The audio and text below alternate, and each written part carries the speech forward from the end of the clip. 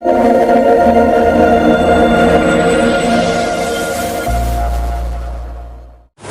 রাজ্য রাজনৈতিক পরিস্থিতি যেভাবে বিকাশ লাভ করছে এবং সারা দেশে 8 বছরে মোদী সরকারের শাসনে এবং রাজ্যে 50 মাসের বিজেপি জোট সরকারের শাসনে দেশের অর্থনীতি চরম খাদের কিনারায় দাঁড়িয়ে গেছে।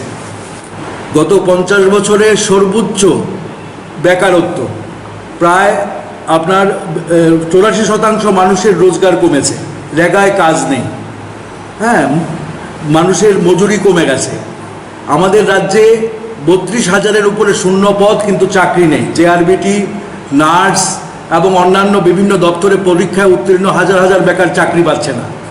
আমার রাজ্যে যেভাবে একটা ফ্যাসিবাদী শাসন কায়েম হয়েছে, যে বিরোধীরা কোনো রাজনৈতিক কার্যক্রম করতে পারে না, একটা বেআইনি বাইক বাহিনী তৈরি করে মানুষের মত প্রকাশের অধিকার কেড়ে নেওয়া হয়েছে, পুলিশ দলদাস হয়েছে। এই যে একটা দানবীয় শাসন, যাকে আমরা ফ্যাসিবাদ বলছি, এর থেকে ত্রিপুরার মানুষ মুক্তি চাইছে। আজকে যে উপনির্বাচন আমার রাজ্যে, আমরা বলছি এই উপনির্বাচন বিরোধী দলগুলোর কাছে একটা বিরাট সুযোগ উপস্থিত করেছে, যে 2023-এ আমাদের বিরোধীদের সবার লক্ষ্য এই রাজ্য থেকে বিজেপিকে উৎখাত করা।